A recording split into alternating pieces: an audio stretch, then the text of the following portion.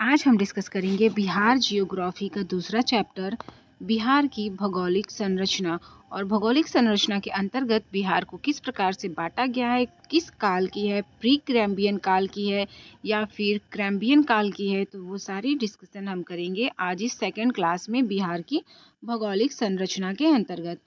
बिहार में संरचनात्मक दृष्टिकोण से प्री कैम्ब्रियन कल्प के चतुर्थ कल्प की चट्टानें पाई जाती हैं। प्री कैम्ब्रियन काल चट्टानें धारवाड़ चट्टानें विंध्य संरचना के रूप में बिहार के दक्षिणी भागों में पाई जाती है।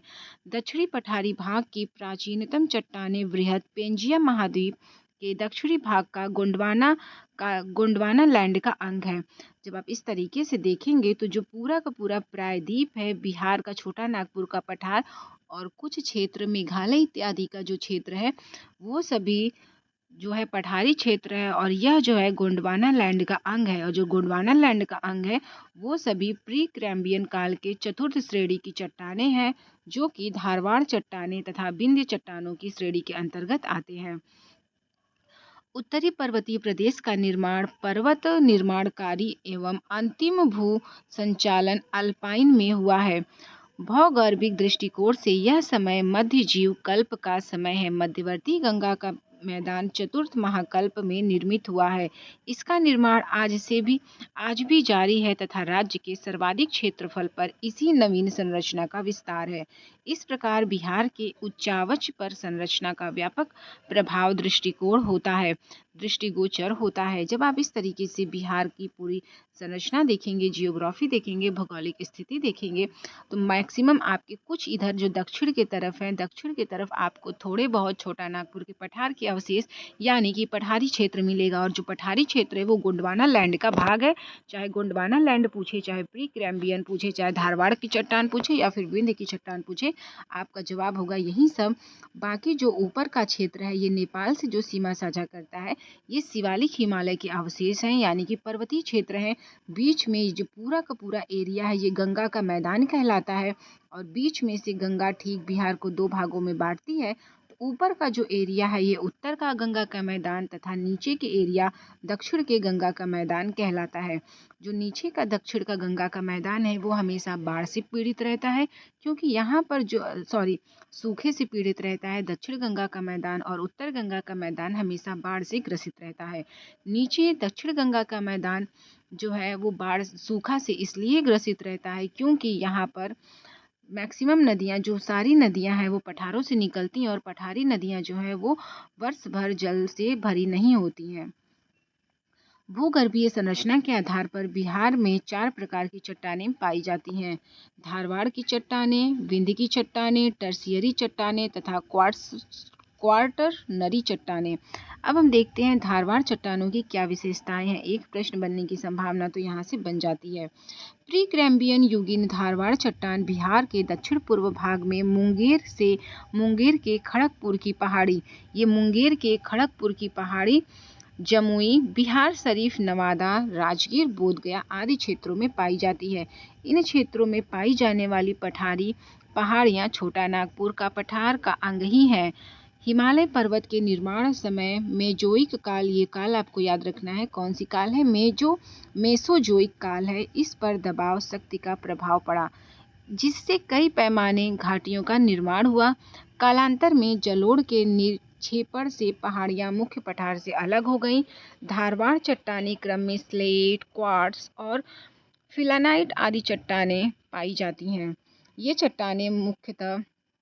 ये मूलतः आग्नेय प्रकार की चट्टानें हैं जो लंबे समय तक अत्यधिक दाब एवं ताप के प्रभाव के कारण रूपांतरित हो गई हैं। इन चट्टानों में अभ्रक का निक्षेप पाया जाता है। तो ये किस प्रकार की चट्टानों के अवशेष हैं? आग्नेय प्रकार की चट्टानें हैं जिनका कि रूपांतरित हो गया है, कायांतरित हो गया है इस वजह से, और अभ्रक के निक्षेप पाए जाते हैं। नेक्स्ट है विंध्य प्रकार की चट्टानें। विंध्य चट्टानों का निर्माण प्री कैम्ब्रियन युग में ही हुआ है। यह चट्टान बिहार के दक्षिण पश्चिम भाग में पाया जाता है। इसका विस्तार सोन नदी उत्तर में रोहतास और कैमूर जिले में सोन नदी घाटी में इन क्षेत्रों के ऊपर जलोढ़ का निक्षेप पाया जाता है। इस तरीके से जब आप बिहार को देखेंगे तो यहाँ पर है आपके उत्तर पश्चिम दक्षिण पश्चिम दक्षिण का मैदान बिहार का और यहीं पर पाया जाता है। ये पठारी क्षेत्र है, कैमूर, रोहतास इत्यादि का क्षेत्र है। कुछ कैमूर है, रोहतास है, औरंगाबाद का क्षेत्र है और यहीं पर पाया जाता है प्री कैम्ब्रियन युग की विंध्य की चट्टानें। टर्शियरी चट्टानें हिमालय का दक्षिणी शिवालिक श्रेणी में पाई जाती है। हिमालय की दक्षिणी इस तरीके से जब बिहार को फिर से ड्रॉ करेंगे हम, तो ये पूरा का पूरा शिवालिक और शिवालिक के दक्षिण यानी कि जो शिवालिक का मैदान है, शिवालिक की पहाड़ियाँ हैं, शिवालिक के ठीक दक्षिण में पूरा बिहार अवस्थित है। तो जो टर्सरी चट्टान है वो शिवालिक हिमालय के शिवालिक श्रेणी के ठीक दक्षिण में स्थित जो ये एरिया है यहीं पर पाई जाती हैं टर्शियरी की चट्टानें।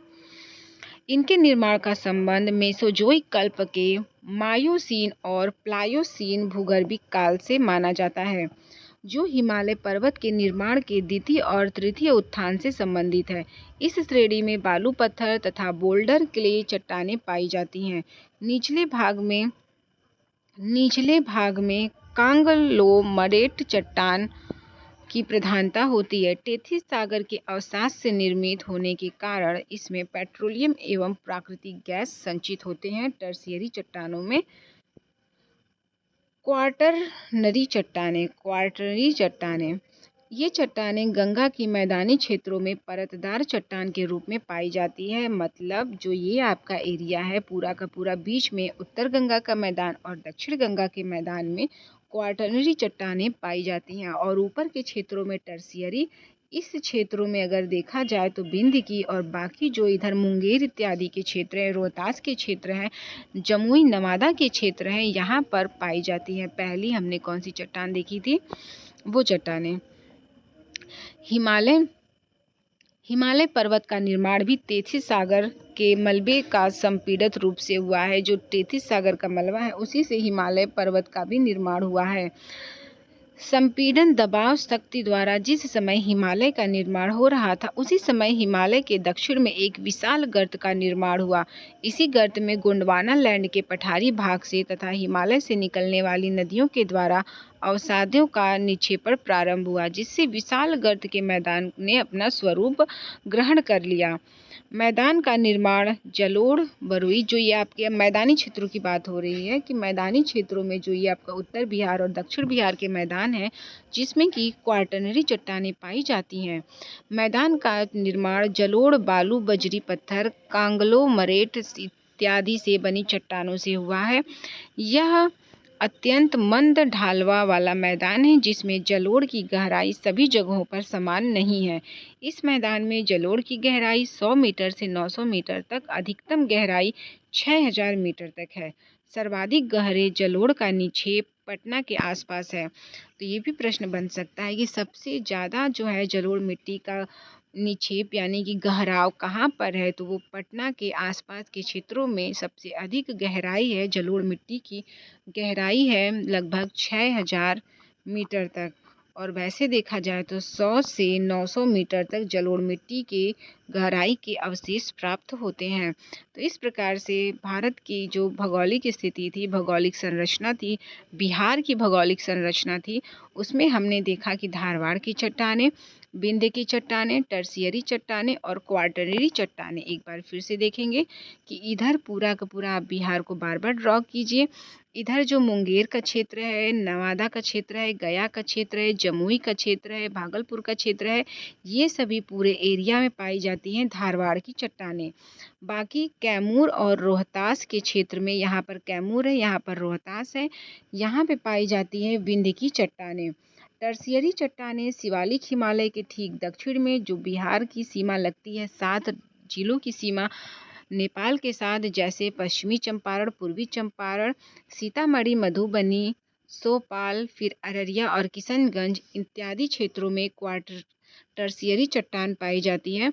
बाकी गंगा के जो मैदान है, उत्तर गंगा का मैदान, दक्षिण का गंगा का मैदान, वहाँ पर क्वार्टरनरी चट्टानों की प्रधानता पाई जाती है। इस प्रकार से चारों चट्टानें आपका डायग्राम से भी कंप्लीट हुआ, बाकी आपकी थ्योरी से भी कंप्लीट हो गई।